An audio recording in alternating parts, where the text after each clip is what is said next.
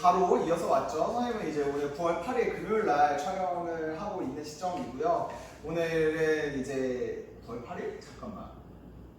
7, 8, 9월 11일 금요일에 촬영을 하고 있습니다. 자, 그래서 선생님은 오늘 이제 선생님들 전체 그 교직원 촬영이 있어가지고 졸업해서. 근데 이제 오늘 좀 과하게 스프레이를 뿌렸더니 좀 머리가 무거워요, 사실. 남자들 공감하는 친구들 있을 텐데 선생님도 이 머리를 짧게 깎으면 옆머리가 다 뜬단 말이야. 이게 직모라서. 그래서 근데 이제 코로나 때문에 지금 미용실 못 가는 지 거의 한 달 돼가지고 지금 막 열심히 눌렀는데 그러다 보니 오히려 약간 더 이상해진 느낌이에요. 자, 어쨌든 그래서 우리 지난 시간에 새로운 주제인 총수요랑 총공급에 대해서 나왔습니다. 그래서 교과서로는 106, 107쪽 펼쳐줄 수 있도록 하고 계속해서 오늘 진도 나갈 수 있도록 할게요. 자, 그래서 우리 총수요랑 총공급을 이야기할 때 총수요는 그 나라 전체가 사려고 하는 것들이 이제 그러니까 경제 주체들이 전부 다 지출하려는 것들이 다 모여있는 것이 총수요라고 했고, 그래서 가게 입장에서의 소비, 기업 입장에서의 투자, 정부 입장에서의 정부 지출, 그 다음에 외국에서의 수출에서 수입을 뺀 것이 여기 총수요에 들어간다고 이야기를 했고, 총공급은 그 나라의 기업이 생산하려고 하는 총량을 이야기를 하는 것으로서 GDP로 나타낼 수 있다. 여기서 명목 GDP나 실질 GDP는 중에 어떤 거에서 이렇게 얘기할 수 있는데 그거보다는 그냥 GDP라는 지표 자체로 우리가 총공급을 볼 수 있다. 이렇게만 여러분들이 짚고 넘어가시면 될 것 같아요. 그래서 우리가 거시경제 모형에서 봤을 때 역시 총수요랑 총공급의 모형을 만날 수 있는데 여기에 들어가는 거는 P인데 뭐라고 여기는 물가라고, 그 다음에 여기는 Y인데 실질적인 생산량을 나타내는 지표이기 때문에 실질 GDP가 들어간다. 그리고 이때의 수요랑 이때의 공급이 있다. 그래서 얘를 AD, AS다라고 이야기를 한다는 것까지 여러분들한테 알려드렸습니다. 자, 그래서 우리 106쪽부터 이야기를 진행을 하자면 수입은 외국에서 수입된 상품에 대한 지출과 총수요라고 나와 있는 부분이 있잖아. 이게 요거를 설명하는 부분이거든. 이 수출에서 수입을 뺀 순수출 있잖아. 이렇게 얘기하면 무슨 되게 암호를 쓴 것 같은데 이거 엑스포트 수출이고요. 이거는 임포트 수입이에요. 그랬을 때 이 수입이 총수요에 미치는 영향을 살펴보자라고 되면 이런 거야. 수입은 외국에서 생산된 상품을 국내 구매자가 구입한 것이다. 그러니까 가게든 기업이든 정부든 외국의 물건을 살 때 그걸 이제 우리가 수입이다 이야기를 하는 건데, 수입품에 대한 지출은 국내 소비, 투자, 정부 지출에 포함되어 있으나 국내 생산물에 대한 지출이 아니므로 총수요에서 제외되어야 한다. 따라서 밑줄, 수출에서 수입을 뺀 순수출이 총수요의 한 구성 요소가 되는 것에다 밑줄을 쳐주시면 되겠습니다. 지난번 설명할 때도 잠깐 설명드렸는데 우리가 가게, 기업, 정부, 그 다음에 외국 이렇게 있을 때 결국에는 가게에서 소비한 것이 국내에서도 생산된 것도 있을 거고 외국에서 생산된 것도 있을 거고, 그 다음에 기업 입장에서도 국내에서 생산된 것, 외국에서 생산된 것, 정부 입장에서도 국내에서 생산된 것, 외국에서 생산된 것 이렇게 있겠지. 그랬을 때 결국에는 이 외국에서 우리 거를 사간 거 에다가 국내에다가 여기 있는 외국에서의 수입된 것들을 전부 다 합쳐서 국내에서 생산된 것들을 뺀다. 즉 외국에서 사간 모든 것들을 수출, 그 다음에 우리나라의 경제 주체들이 사간 것들의 합을 수입이라고 해서 얘에서 얘를 뺀 MX로 우리는 적는다라는 걸로 여러분들한테 설명을 드렸는데요. 예를 들어 그럼 이렇게 한번 생각을 해보는 거야. 만약에 외국산 포도를 우리가 샀다고 해봅시다. 요즘 날씨가 지구온난화라고 해가지고 옛날에는 바나나가 열대지방에서만 났다가 이제 대한민국도 곧 있으면 바나나의 원산지가 될 수 있다 이런 얘기도 있더라고. 근데 어쨌든 우리가 외국산 포도를 샀다고 해봅시다. 그러면 그게 우리나라 GDP에 어떤 영향을 줄까라고 생각을 할 수 있다는 거지. 한번 여러분들 생각해 볼래요? 만약에 우리가 2019년에 외국산 포도를 한 600 정도 샀다고 해봐. 600달러? 너무 많나? 아니 너무 적나? 그러니까 우리 경제 주체 전부가 해서 6천만 달러 샀다고 해보자. 근데 1년 뒤에는 8천만 달러를 샀다고 해봐. 그러니까 2019년에 외국산 포도를 6천만 달러를 샀다가 20년에 8천만 달러를 샀다라고 하면 여러분들은 이게 우리 GDP에 어떤 영향을 줄까라고 생각해 볼 수 있다는 거지. 어떤 영향을 줄까요? 혹시 이렇게 생각하는 친구가 있을 것 같아? 선생님 여기 그 수입한 거는 전체 GDP에서 빼야 된다고 하셨잖아요. 그러면 원래 6천만 뺐었다가 이제는 8천을 빼야 되니까 전체 GDP는 더 줄어드는 거 아니에요? 라고 생각할 수 있는데 그게 아니라는 거예요. 그걸 설명을 할게. 그걸 교과서에 좀 보도록 하자. 수입상 포도를 구매하면 소비 지출이 증가하지만 이와 동시에 같은 금액만큼 수입이 증가한다. 즉 밑줄 소비 지출이 증가한 금액만큼 수수출이 감소하여 국내 총생산은 변하지 않는다. 이런 밑줄을 쳐주시면 되겠습니다. 이게 뭔 소리냐면 결국에는 이 외국산 포도를 산 것은 가계 소비 지출 중에 외국의 지출에 들어갈 거 아니야. 그러면 여기에 6천이 들어가고 그래서 6천이 여기에 빠진 거였지. 이 식으로만 따지면 우리나라 국내 GDP를 따져야 되니까. 근데 여기서의 8천은 여기로 들어가는 거잖아. 그리고 그만큼 수입에서 빼야 되는 돈으로도 증가되는 거죠. 다시 말해서 우리나라가 수입을 얼마나 하든지 간에 그거는 GDP에 영향을 준다 안 준다? 안 준다. 왜냐면 어차피 여기에 들어가도 결국에는 여기에 빠질 거기 때문에. 그래서 여러분들한테 말씀드릴 건 어차피 국내 총생산은 이 우리나라에서 생산된 것만 보는 거잖아. 그러니까 외국에서 우리가 얼마큼 수입을 해오느냐를 가지고 우리나라의 GDP가 변동이 있다? 아니라는 거예요. 알겠지? 그것도 알고 계시면 되겠습니다. 자, 그러면 우리 오랜만에 오랜만은 아니고 요거 쭉 살펴봤고 이제 총수요 총공급이 어떻게 이동하는지 봐야지. 우리 지난 시간 마지막에 선생님도 잠깐 설명을 했었는데 자, 거시적대 모형으로 들어갑시다. 자, 여기가 이제 물가가 될 거고요. 여기가 실제 GDP가 될 거고 여기 AD가 있을 거고요. 여기 AS가 있을 거예요. 그랬을 때 우리 미시경제에서 봤던 것처럼 가격이 변동하면은 점이 변동했던 것처럼 우리 물가가 총수요랑 총공급에 영향을 주면 그건 우리가 무슨 이동이라고 봐야 된다? 점의 이동.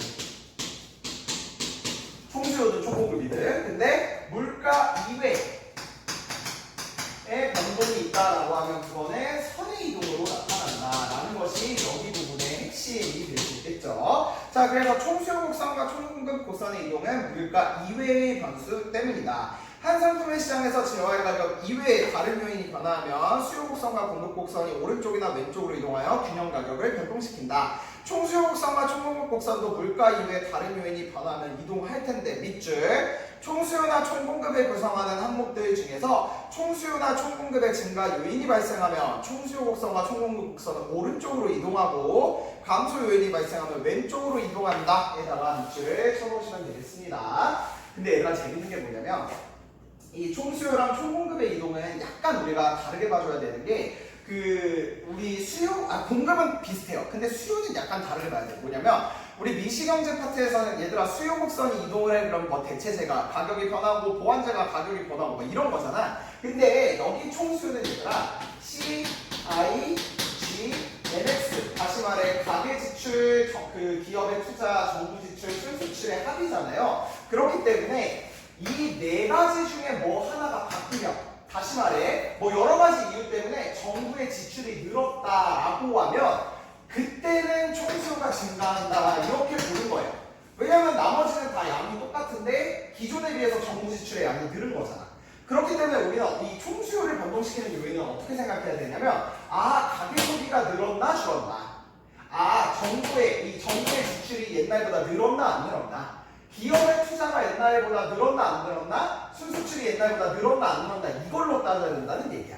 그래서 거기 봐보자. 총수요 곡선의 이동. 왼쪽 그래프는 총수요 곡선 자체가 이동한 것을 나타낸다. 이는 총수요의 구성 항목 중에서 물가 이외의 요인에 의해 총수요의 변화가 나타나 총수요 곡선이 이동한 경우이다. 만약 밑줄 물가는 일정한데 총수요를 구성하는 가계소비, 기업투자, 정부지출, 순수출 중에서 한 항목 또는 그 이상이 변동하면 총수요 곡선은 원래 곡선에서 왼쪽이나 오른쪽으로 이동한다. 이런 밑줄을 쳐놓으시면 되겠습니다.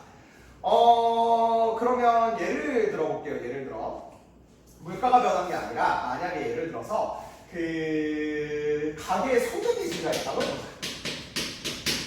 소득 증가. 그러면 우리가 저축이 는다라고 생각 안 하고 우리 공식에 따라서 소득을 소비 더하기 저축 요 공식에 의거하지 않고요. 소득 증가한 것이 곧 다 소비로 증가한다. 뭐 이런 얘기가 단서가 있다고 해보자. 그러면 이 소득 증가는 결국 어떻게 이어지는 거야? 그렇지. 가계의 소비. 가계의 소비가 증가하겠지. 가계 소비가 증가하면 결국에는 총수요가 증가하게 될 거고, 그러면 총수요 곡선이 옛날에 비해 오른쪽으로 이동하게 될 거다. 이런 얘기를 하는 거예요. 이해가 되시겠죠? 혹은 뭐 예를 들어서 뭐가 있을까? 외국의 경제 상황이 좋았다. 이러면 당연히 외국의 경제 상황이 좋으면 외국에서 우리나라 거를 많이 사려고 하겠죠. 그럼 요게 늘어나겠네? 요게 늘어나니까 역시 총수요가 늘어난다. 이렇게 생각해 볼 수 있다는 겁니다. 이해되시겠죠? 이번엔 총공급인데, 총공급은 어차피 그 나라에서 기업 전체가 생산하는 그 생산량을 나타내고 있는 거잖아. 그러니까 결국에는 쌤이 얘기하고 싶은 게 뭐냐면, 이 총공급에 들어가는 그 요인들은 전부 생산에 관련된 요인이야. 그래서 만약에 어떠한 물건을 만드는데 생산비가 더 많이 들어간다 이러면 이 총공급 자체가 어떻게 되겠어? 다 왼쪽으로 이동하겠지. 그 다음에 뭐 예를 들어서 석유, 그 유가가 너무 가격이 올라서, 우리나라는 알다시피 석유에 의존하는 경우가 많은데 이 석유의 가격이 너무 올라서 전반적으로 생산 자체가 줄었다. 뭐 이런 얘기가 나오면 그건 다 어떻게 되는 거야? 그렇지. 총공급이 왼쪽으로 이동하는 모습. 총공급이 감소한 거니까. 그래서 이렇게 우리가 볼 수 있습니다. 총공급 곡선 이동 볼게요. 왼쪽 그래프는 총공급 곡선 자체가 이동한 것을 나타낸다. 국민경제의 생산성 밑줄, 국민경제의 생산성 향상, 원자재 가격의 하락 등이 나타나면 총공급 곡선은 오른쪽으로 이동하고, 다시 말해서 옛날에 비해서 생산 기술이 더 늘어난 거죠.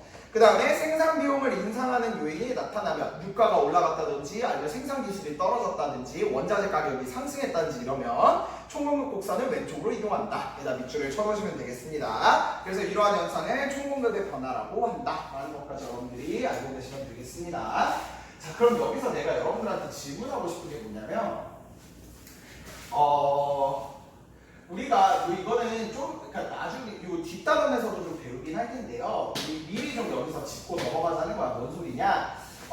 물가가 있고, 그 다음에 이게 실질 GDP라고 이야기를 했잖아. 근데 선생님이 지난 주에 잠깐 얘기했다시피 경제가 성장한다는 것은 옛날에 비해서 더 생산량을 많이 할 수 있다는 뜻이기 때문에 결국에는 경제가 성장했다는 이야기는 실질 GDP가 증가했다라는 이야기랑 똑같다는 거 여러분들 이해되시죠? 결국에는 옛날에 비해서 물가 변동과 상관없이 실질적으로 더 많은 양을 뽑아내면 실질 GDP가 증가하게 될 거 아니야? 그랬을 때 경제가 성장했다라고 이야기를 한다는 거야. 근데 얘들아 봐봐. 물가는 너희들 기준으로 봤을 때 오르는 게 좋아요? 내려가는 게 좋아요?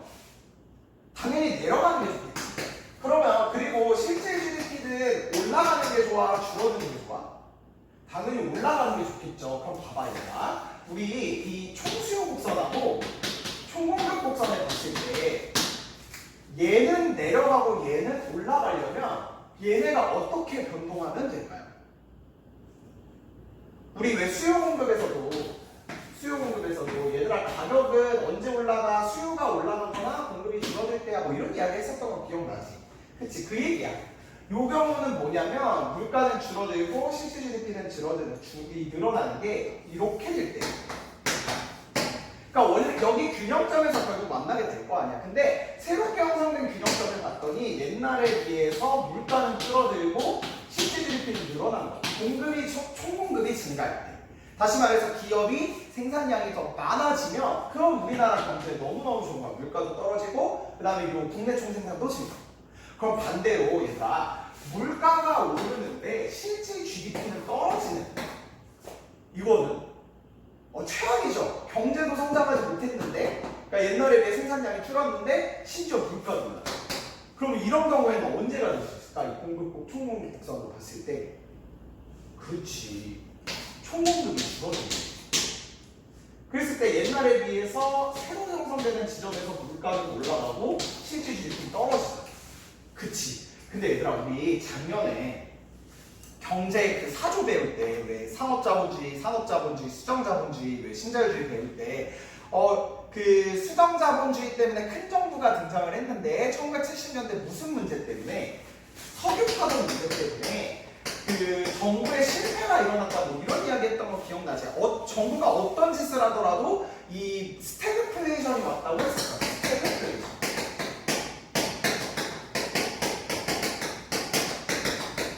이 스태그플레이션 여러분들이 알겠지만 스태그네이션과 인플레이션의 합성어예요.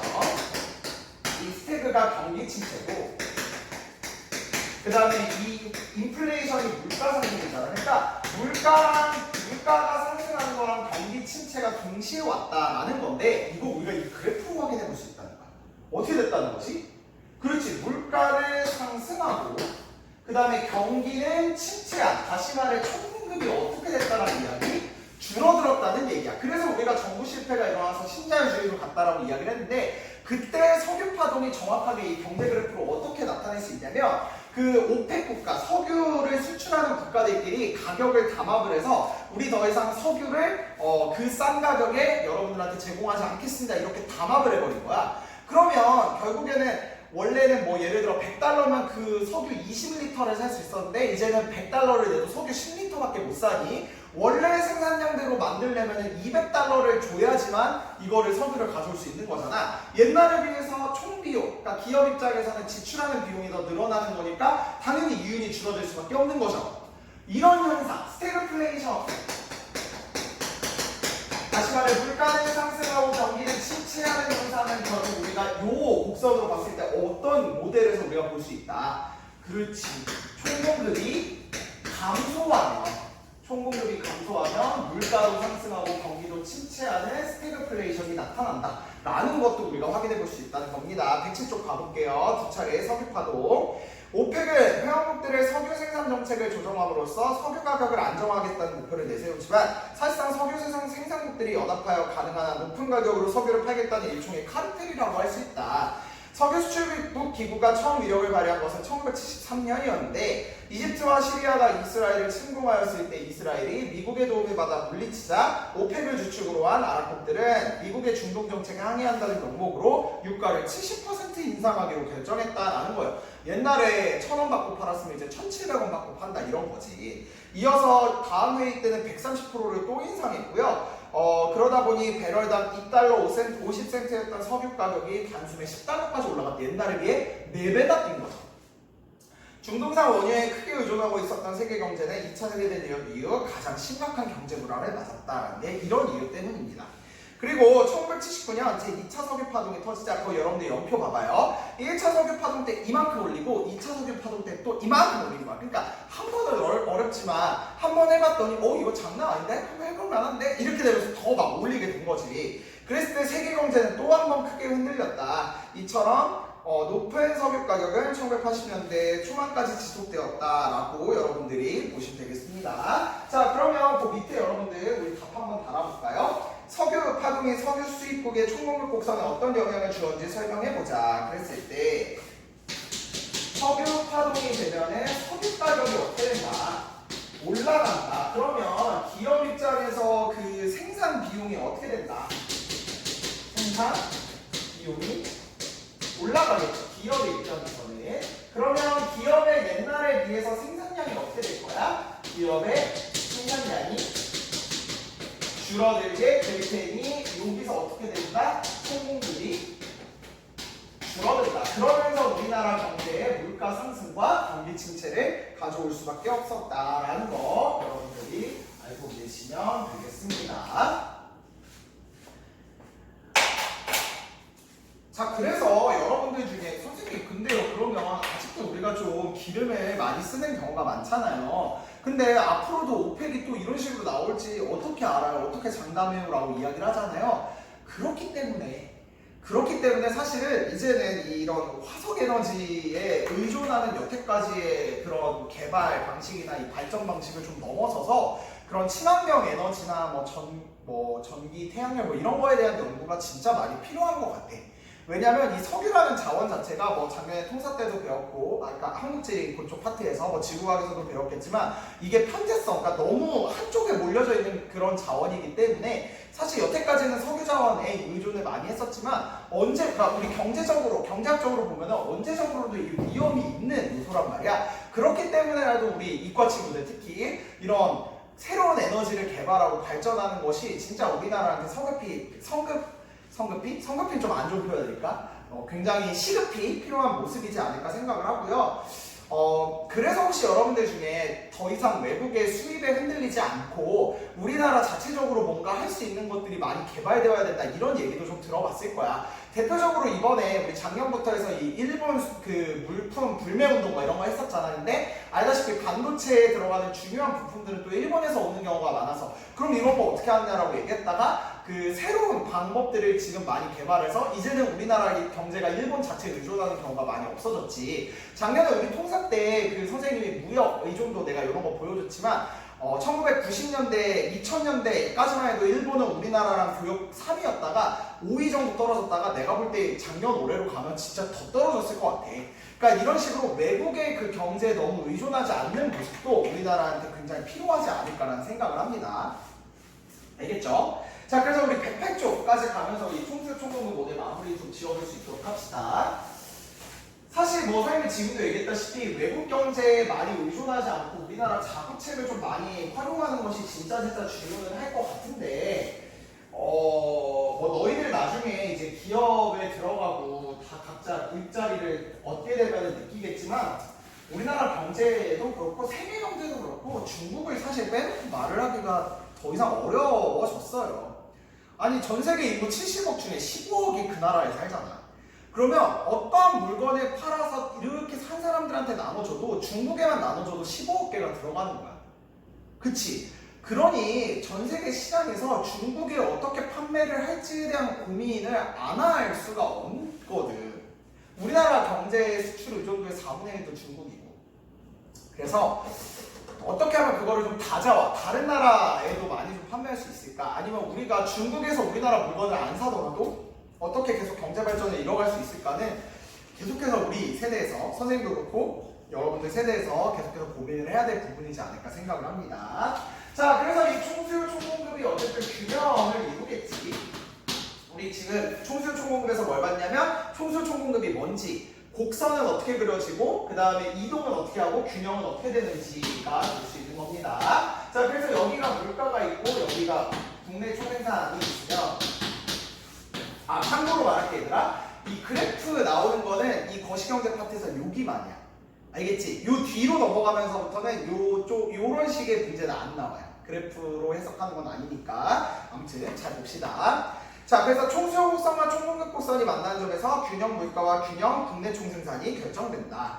밑줄, 개별 상품 시장과 마찬가지로 국민 경제에서도 총수요량과 총공급량이 같아질 때 균형을 이룬다. 밑줄 쳐주시고요.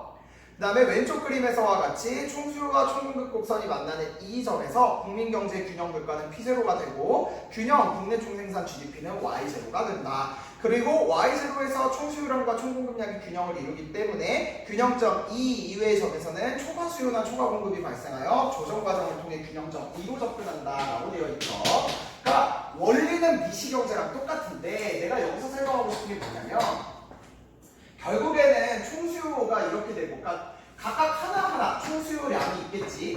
수요량처럼 총수요량이 이렇게 딱 있을 거야.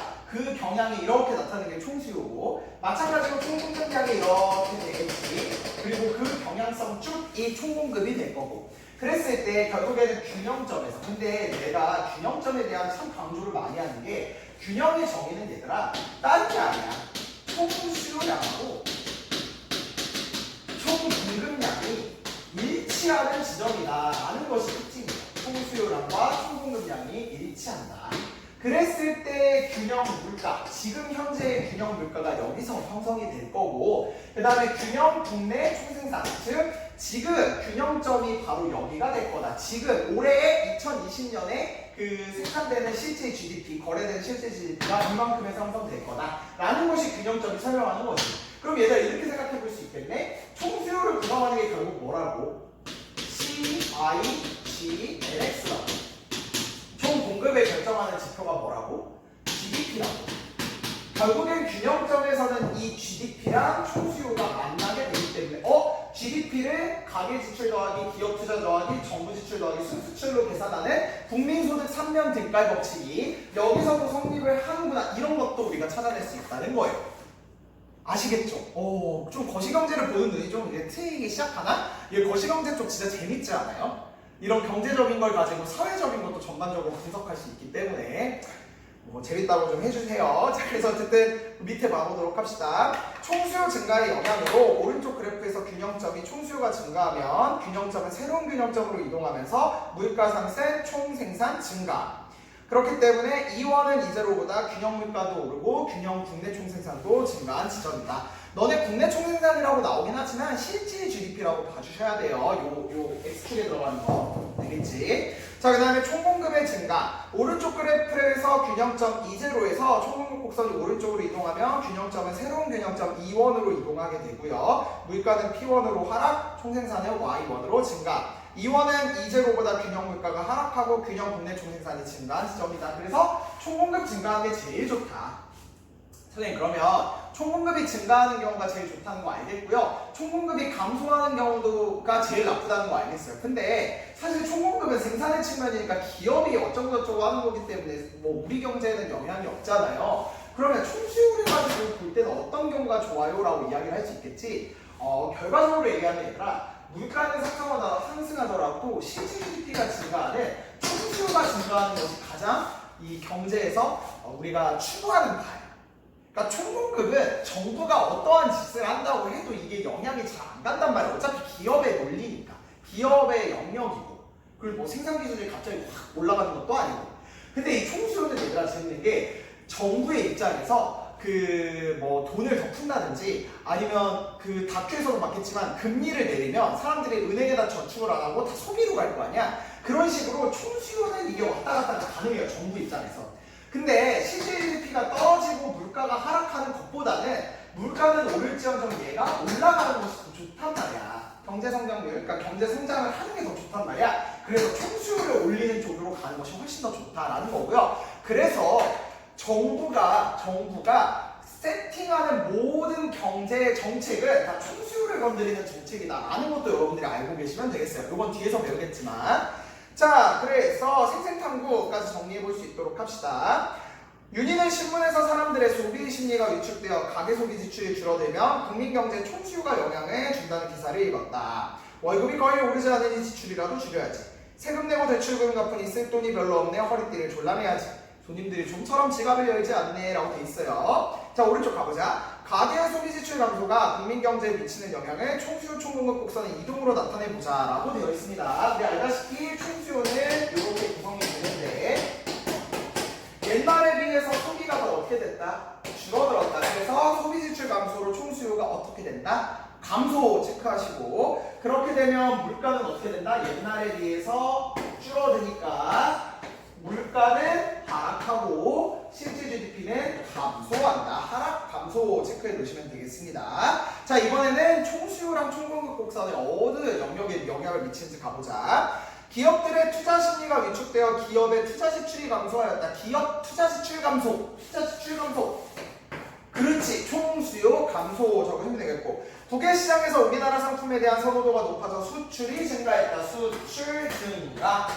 총수요 증가로 나타내는 거지. 산유국들의 석유 생산이 늘어나면서 국제 유가가 계속해서 하락하고 있네. 아우, 너무 좋아요. 총공급이 어떻게 되고 있는 거야? 그렇지, 늘어나고 있다. 이렇게 체크해 두시면 되겠습니다. 자, 이렇게 해서 총수요 총공급의 교과서 내용을 전부 살펴봤고요. 백부 조금 더 여러분들이 잘 해보면 좋겠다는 생각이 듭니다. 어쨌든 우리 GDP, GNP 이런 거 배운 것들 한번 실생활에 녹여내보자라는 거야. 자, 이렇게 해서 우리 교과서로 세 번째 소단원인 총수요 총공급의 마무리를 했습니다. 자, 그래서 우리 이제 중단원 2단원으로 넘어갈 거고요. 110쪽 가볼 수 있도록 하고 여기서 잠깐 뺏고 갈 수 있도록 할게요. 이어서 110쪽 나가볼 수 있도록 하겠습니다. 갑자기 선생님이 옷도 바뀌고 머리도 바뀌고 아까 거 촬영한 게 금요일이었다고 얘기했잖아요. 근데 금요일날 선생님 촬영 끝나자마자 갑자기 회의부터 시작해서 학교 일들이 너무 바빠져가지고 그날 다 못 찍고 퇴근을 했어요. 그래서 지금 찍고 있는 시점은 9월 13일 일요일 오후 12시입니다.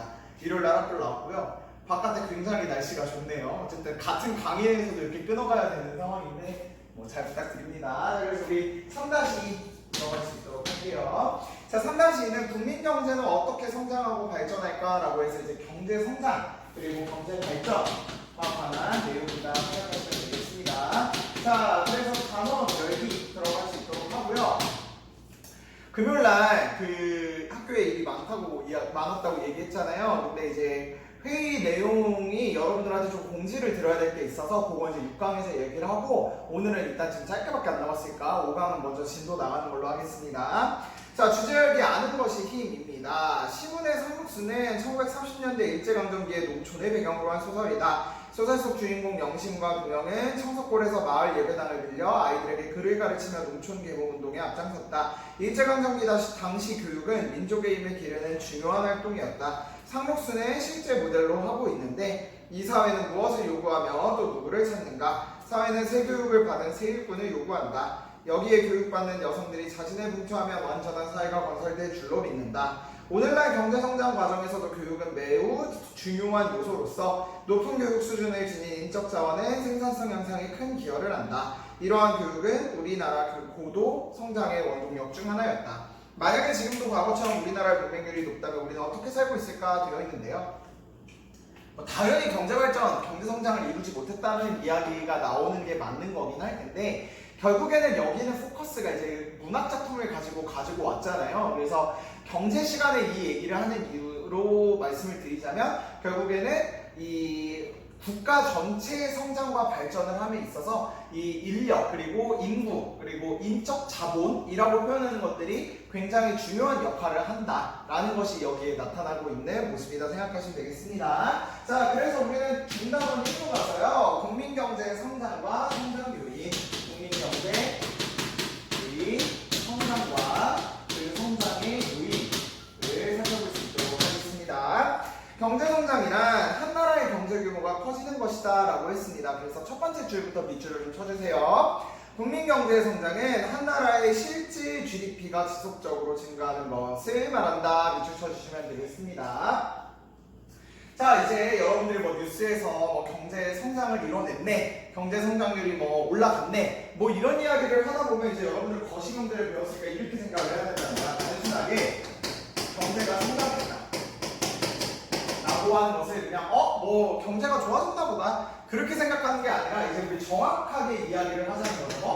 실질 GDP가 증가했다라고 이야기를 한다는 겁니다. 선생님이 계속해서 지금 3강, 4강에서 계속 이야기를 하고 있는데 실질 GDP를 뜻하는 것은 결국에는 가격에 상승한 것들을 다 제외하고 그저 온전히 생산량 가지고만 따지겠다라는 소리잖아요. 그래서 생산량이 실질적으로 생산량이 증가했다라는 이야기를 나타낸다는 말과 동의어라는 겁니다. 알겠죠? 뭐 비슷한 것도 아니고 똑같은 말입니다. 자, 그래서 우리가 실제 GDP가 증가되는 모습을요, 또는 생산량이 증가하는 모습을요, 어떻게 우리가 나타낼 수 있냐면 거시경제 모형으로 들어갔을 때 여기가 물가가 되고 여기가 실제 GDP로 잡히면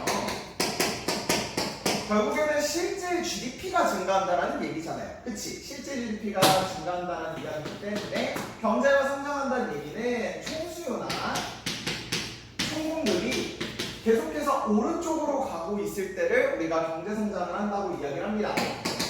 총수요가 실제로 오른쪽으로 가게 되면은 균형점이 계속해서 오른쪽으로 이동하게 되겠죠. 혹은 총 공급이, 다시 말해 기업이, 그 나라에 있는 기업 전체가 예전에 비해서 생산량이 늘어난다라고 이야기하면 그 자체를 우리가 경제성장이라고 한다는 겁니다. 그래서 우리 두 번째 줄 밑줄, 총공급 곡선과 총수요 곡선이 오른쪽으로 이동으로 설명할 수 있다는 겁니다. 그렇게 밑줄 쳐주시고요. 또한 경제성장은 총생산량이 증대한다라는 이야기이기 때문에 무슨 의미랑도 동의하냐면 우리 1단원에서 생산 가능 곡선이라고 해서 X제랑 Y제가 있는데 자원은 희소하기 때문에 하나 쪽으로 몰빵해서 만들기 시작하면 Y제를 상대적으로 포기하게 될 거고 또는 Y제로 만들기 위해서 X제의 양을 줄여야 된다. 그걸 우리가 다른 표현으로 생산 가능 곡선 이렇게 표현했던 거 기억나죠?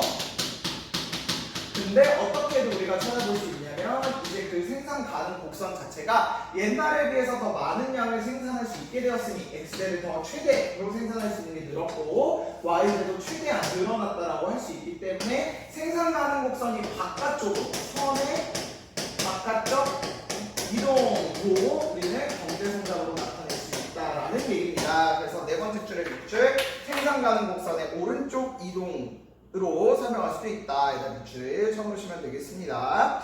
자, 그래서 이용 가능한 생산 요소가 증가하거나 주어진 자원을 더 효율적으로 활용할 수 있는 기술의 개발이 이루어진다면 생산 가능 곡선의 바깥쪽으로 이동한다. 다시 말해 만드는 기술, 그러니까 물건을 만들어내는 재화 서비스를 생산해내는 기술이 더 좋아지면 당연히 X제랑 Y제를 같은 자원을 투입해도 더 많이 생산할 수 있겠죠. 혹은 옛날에 비해서 더 생산 요소를 더 많이 끌고 올 수 있거나 그래도 늘어나는 거지. 자, 이것은 주어진 자원으로 어느 재화의 생산 수준을 줄이지 않은 채 다른 재화의 생산을 높일 수 있게 되었음을 의미하므로 해당 국가의 경제가 성장한 것을 나타낸다. 이렇게 여러분들이 생각하시면 되겠습니다. 자, 그러면 우리가 이 경제 성장을 따지는 그 경제 지표도 배워야겠죠. 우리 지금까지 GDP, GNP, GNI 되는 것처럼 이 경제 성장을 따지는 공식이 있다라고 되어 있는데 그 그래프 두 개에다 밑에다 밑줄을 좀 쳐주도록 합시다. 한 나라의 경제 성장률은 실질 GDP 증가율로 나타난다. 그래서 경제 성장을 측정하기 위해서는 우리가 어떠한 그 지표를 살펴봐야 되냐면 경제 성장률을 살펴봐야 된다라는 거고요. 이 경제 성장률을 다른 말로 뭐라고 이야기를 하냐면 실질 GDP 증가율이라는 말이랑도 동일한 말이다. 이거 되게 중요하거든요. 나중에 여러분들 그 문제 푸시거나 이럴 때도 굉장히 중요한 말이니까 이 공식 반드시 알고 계셔야 될 거고요. 이 공식에 대해서 설명을 해드리자면 이겁니다. 뭐냐면 전년도 실질 GDP네. 규모가 전년도 실질 GDP입니다. 그러니까 우리 2020년의 경제 성장률을 따져볼게요 라고 이야기하면 2019년의 실질 GDP 분의 2020년 금년도 실질 GDP에서 전년도 실질 GDP를 빼고요. 그리고 거기다가 곱하기 100을 해주면 이 곱하기 100을 해준다라는 말 자체가 퍼센트잖아요.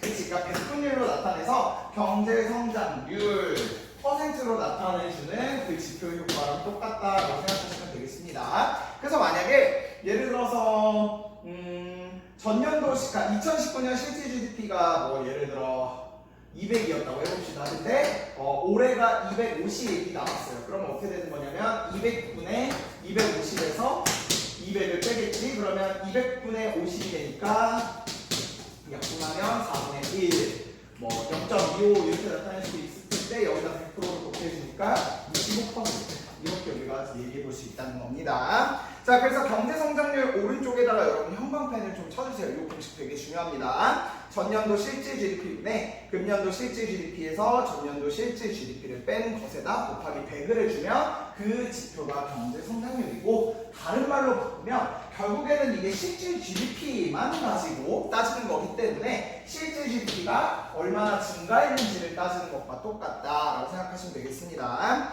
자, 경제성장은 지난 연도와의 비교를 통해 알 수 있는 것이므로 비교 기간 동안 변동한 물가의 영향을 배제하고 실제로 생산된 양을 비교할 수 있는 실질 GDP를 이용하여 계산하여야 한다라고 되어 있어요. 자, 거기 예제가 있으니까 우리 한번 이 실질 GDP 증가율, 경제성장률 한번 계산해 볼 수 있도록 합시다. 거기 보시면 2015, 2016, 2017이 있고요. 여기에 이제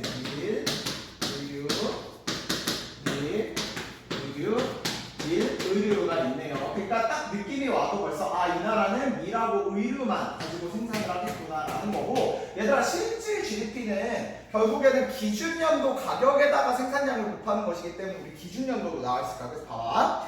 다음 표는 밀과 의류만을 생산하는 A국의 연도별 생산량과 가격을 나타낸 것이다. A국의 2017년 경제성장률을 따져보자라고 되어 있네요. 자, 그리고 기준연도는 몇이라고 되어 있냐면 2016년, 2015. 네. 자, 그랬을 때 각각의 생산량과 가격 보도록 합시다. 생산량은 이거 이렇게 되면 안 되구나. 생산량, 파란색을 생산량으로 할게요. 10, 20, 20, 30. 그다음에 30, 30. 그다음에 가격을 빨간색으로 표시하자면 15. 그다음에 15, 10. 그다음에 15, 10. 이렇게 되겠네요. 근데 얘들아 2017년의 경제 성장률을 구하려면 2016년 실질 GDP인데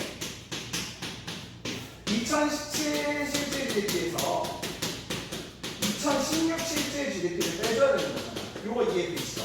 그치? 그러면 결국엔 우리 2016년도의 실질 GDP도 구해야 되고 2017년의 실질 GDP도 구해야 되는데 기준연도는 2015년이니까 2015년 물가에 맞춰서 구해야겠네. 그러면 2016 실질 GDP 그려볼 수 있도록 합시다. 2016년 실질 GDP는 1을 20에다가 우리 뭘 곱해줘야 되냐면 이때의 가격을 곱해줘야 되기 때문에 10 이렇게 계산이 되고 자 그 다음에 의류는 30을 생산했는데 그때의 가격이 5였으니까 5에서 이렇게 구해준 게 2016 실질 GDP일 거고 그 다음 2017 실질 GDP가 보도록 합시다. 이건 마찬가지로 여기 30에다가 10을 곱해주면 되겠네. 30 곱하기 10 그리고 30 곱하기 5 이렇게 계산하면 되겠네요.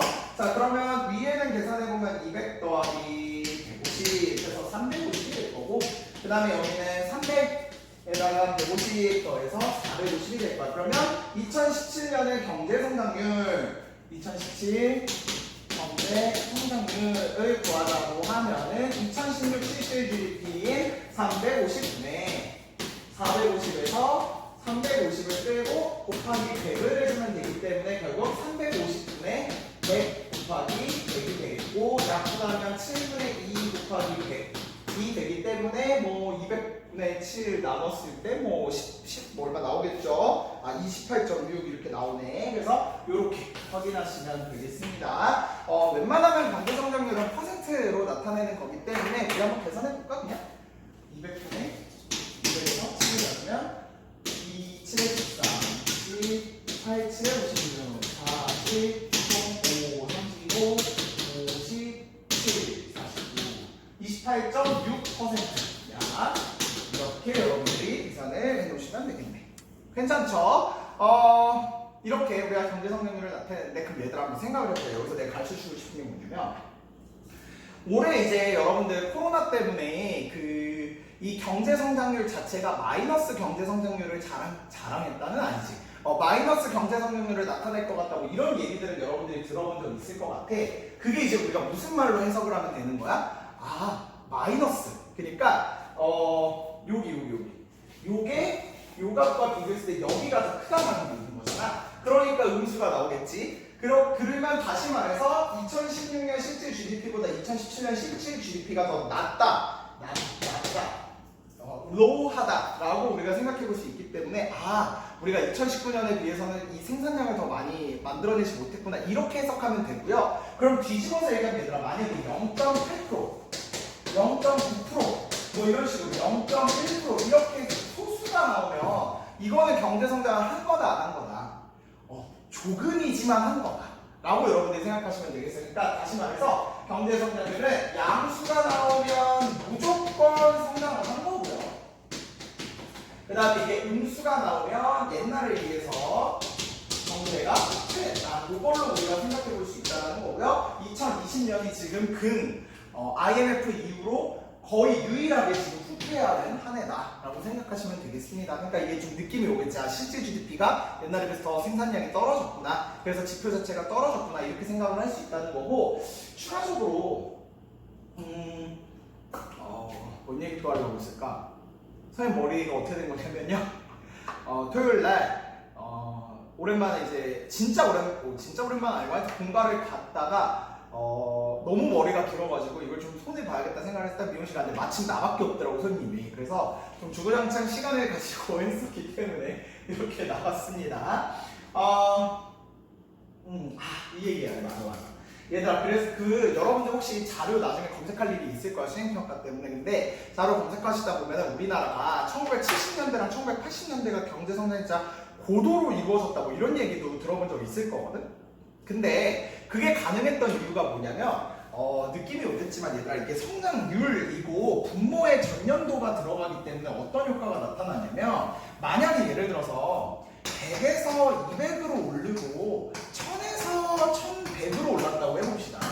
그럼 어떤 느낌이 나냐면, 얘에서 얘로 올라가는 것도 똑같이 100이고 얘에서 얘로 올라가는 것도 똑같이 양으로 커진 것만 보면 100씩 커진 거야. 근데 얘 같은 경우에는 전년도가 이거기 때문에 100에서 200 빼기 100으로 나타나기 때문에 경제성장률로만 따졌을 때는 결국엔 얘는 100분의 101, 그러니까 100%거든.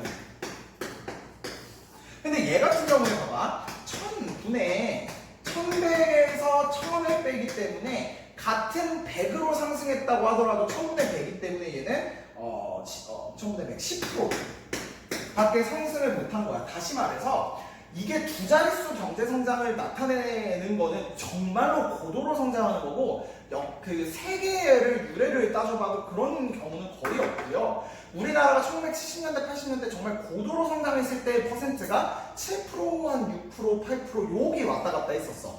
근데 더군다나 최근에 들면은 얘들아, 이 최근에는 전년도 실질 GDP도 굉장히 컸잖아. 그렇기 때문에 같은 양이 커져도 정말 성장률 자체가 되게 적어질 수밖에 없거든. 그래서 이 경제 성장률의 뜻한 게 뭐냐면, 그 선진국들 있지, 경제가 이미 많이 성장을 했고 경제 발전을 어느 정도 이룬 국가들은 아무리 많이 노력해도 이게 이 성장률 올라가는 것 자체가 굉장히 한계가 있다는 거야. 그래서 21세기 들어서면서부터 대한민국은 경제 성장률이 거의 2%에서 1% 왔다 갔다 하거든. 근데 그것도 사실은 진짜 많이 커진 거다라는 걸 여러분들이 감을 좀 잡았으면 좋겠어. 왜냐면 그 전년도에 이미 실질 GDP가 높았기 때문이다 라는 걸 반증하는 모습일 수도 있다는 거 여러분들이 알아주시면 되겠습니다. 알겠죠?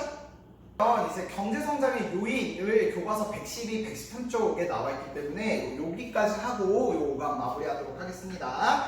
자, 경제성장은 생산요소의 증가와 기술진보에 의해 이루어진다라 되어 있고요. 한 나라의 경제가 성장하려면 밑줄 반드시 질 좋은 생산요소가 많아야 하고 우수한 생산기술이 있어야 한다 라는 거에 밑줄을 쳐주시고, 경제성장을 이끄는 두 가지가 뭐냐면 생산요소가 좋아야 되고, 당연하지 그 생산에 들어가는 것들이 좋아야 되는 거고, 그것들을 배합해내는 능력인 기술이 좋아야지 경제성장이 이루어진다. 그러니까 얘가 더 좋은 것들이 많이 투입되면 당연히 생산량이 더 많이 늘어날 거고, 같은 생산 요소여도 그걸 뽑아내는 기술이 더 많으면 당연히 그 자체가 경제성장으로 이루어진다 얘긴 거죠. 자, 그래서 생산 요소에는 여러분들 잘 알다시피 노동토지 자본이 있는데,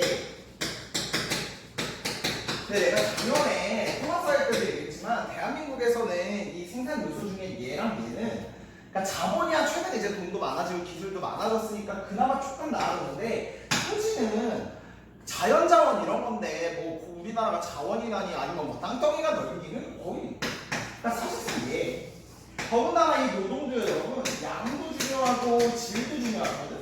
그러니까 질 좋은 인재가 많이 생산에 투입된다고 해봐. 그럼 얼마나 좋겠어. 근데 알다시피 우리나라는 옆 나라 15억이고 다른 옆쪽의 나라는 1억인데 우리는 5천만 명밖에 안 된단 말이야. 이미 인구수 자체가 적어. 그러니까 그 인구수 많은 중에서도 더 정말 질 좋은 사람들을 해야 되기 때문에, 그래가지고 우리는 그렇게 여러분들 교육시키고 생각하시면 되겠어. 자, 그래서 경제성장과 노동 가보자. 기술 진보가 중요하지만 밑줄 노동 투입량은 여전히 경제성장이 중요한 요인이다. 밑줄 쳐주세요. 양도 중요하다는 거야. 그래서 농촌에서 최근에 일하시는 분들이 많이 없어가지고, 그래서 이제 외국인 근로자분들 많이 오시고 하시잖아. 이런 것들 생각하시면 되겠고, 그 다음에 최근 우리나라를 비롯한 많은 나라들이 출산을 장려하는 것도 이러한 이유입니다. 당연한데 얘가 재밌는 게, 이 우리나라가 출산율 높이는 거 있잖아.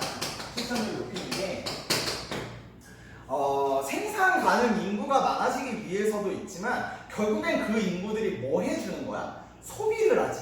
그러니까 이 인구가 이 생산의 측면에서 보면 생산 요소에 투입되는 사람들인데, 소비의 측면에서 보면 그 사람들도 소비를 해줘야지 이게 생산이 되는 거잖아. 그러니까 이 출산율 높이는 게 선진국에서는 정말로 관심을 가질 수밖에 없는 테마다 생각하시면 되겠습니다. 경제성장에는 노동의 투입량뿐만 아니라 투입되는 노동의 질도 중요하다. 밑줄 쳐주세요. 노동의 질도 중요. 그래서 그 다음 줄에 인간의 지식과 기능, 기술 등을 인적 자본이라고 하는데 그 다음 줄 교육은 경제성장에서 중요한 역할을 담당한다라는 거 알고 계시면 되겠고요. 그 다음 자본 이야기 가보자면 밑줄 사람들이 생산을 하기 위해 만든 기계나 공장 등의 생산수단에다 밑줄을 쳐놓으시면 되겠습니다. 같은 옷을 뽑아내더라도 이렇게 바느질로 뽑아내는 것보다는 당연히 공장에서 기계로 샥 돌려버리는 게 더 낫겠지. 그런데 다행히 우리나라는 그런 중화학공업 같은 게 발달해서 그런 기계, 공장 이런 것들은 이제 어느 정도 좀 잡혔기 때문에 자본도 최근에는 그래도 많이 뒷받침되고 있다 생각하시면 되겠습니다. 근데 요즘에는 우리는 얘에 좀 초점을 많이 맞춰야 되는 시대가 왔어.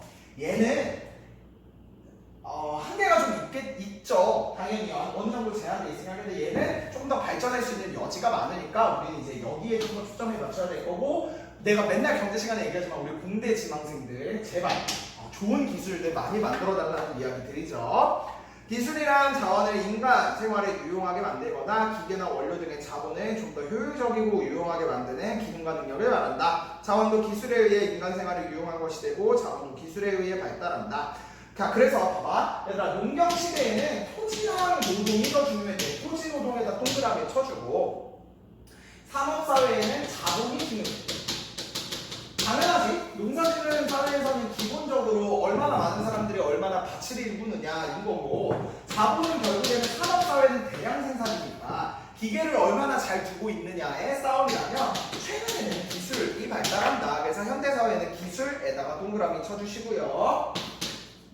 그래서 각국의 밑줄, 각국의 정부나 기업들은 각종 연구, 개발, R&D라고 하고 에 대한 투자를 통해 생산 기술을 진보시키기 위해 노력하고 있다. 이 R&D는 생각보다 대학교 연구소나 특히 공대 같은 경우에는 이제 선생님 나온 대학교만 하더라도 기업들하고 이게 연계를 해가지고 이 공학원 쪽 그 뒤쪽에 아예 이런 센터들이 많이 있어. 그래서 화학공학이라고 했을 때 실제로 써먹을 수 있는 그런 화학기술들, 그리고 얼마나 더 추출물들을 많이 뽑아내는지, 아니면 이 원료를 갖고 다른 걸로 어떻게 이렇게 변화를 시킬지, 뭐 이런 것들 진짜 많이 연구하고 있거든. 그런 연구에서 그래서 왜 남학생들 이런 대학원을 그 전문 연구 요원이 맞나? 표현이 모르겠는데 하여튼 대학원을 만약에 박사까지 진학한다고 하면 3년 동안 거기서 의무 복무로 일을 하면 군대가 대체가 되는 그런 모습들도 있거든요. 그래서 남학생들 중에 이 연구를 통해서 박사까지 해서 그 군대를 면제가 아니지, 그 연구소에서 일을 하는 거니까 나라를 위해서. 그래서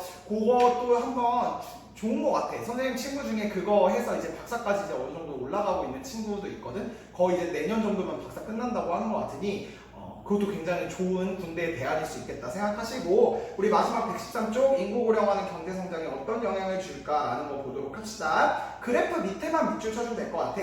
인구 고령화가 진행되면 노동 공급이 줄어들고 노동 생산성이 떨어진다. 뭐 당연한 얘기지. 일할 사람이 줄어든다는 얘기고, 또 저출산 고령화에 따른 총인구 감소로 시장 규모가 줄어들면 밑줄 소비와 투자가 위축될 개연성이 크다. 그래서 그렇게 우리나라는 저출산을 막으려고 노력을 하는데 이걸 어떻게 잡아야 될지 정부가 아직도 답을 못 내고 있는 거, 우리가 앞으로도 계속해서 고민해야 될 사회 문제이지 않을까 생각하고, 그래서 나중에는 여기 봐봐, 사진 봐봐, 이제는 어린이 배려석이 만들어져야 되지 않을까 이런 얘기도 나오고 있다는 거 알고 계시면 되겠습니다. 자, 그래서 5강 여기까지 하고요. 이제 내가 6강에서 조금 설명할 것도 있고 하니까 6강에서 조금 더 인트로 하고 그 다음에 계속해서 진도 나갈 수 있도록 하겠습니다. 바로 이어서 갈 수 있도록 합시다.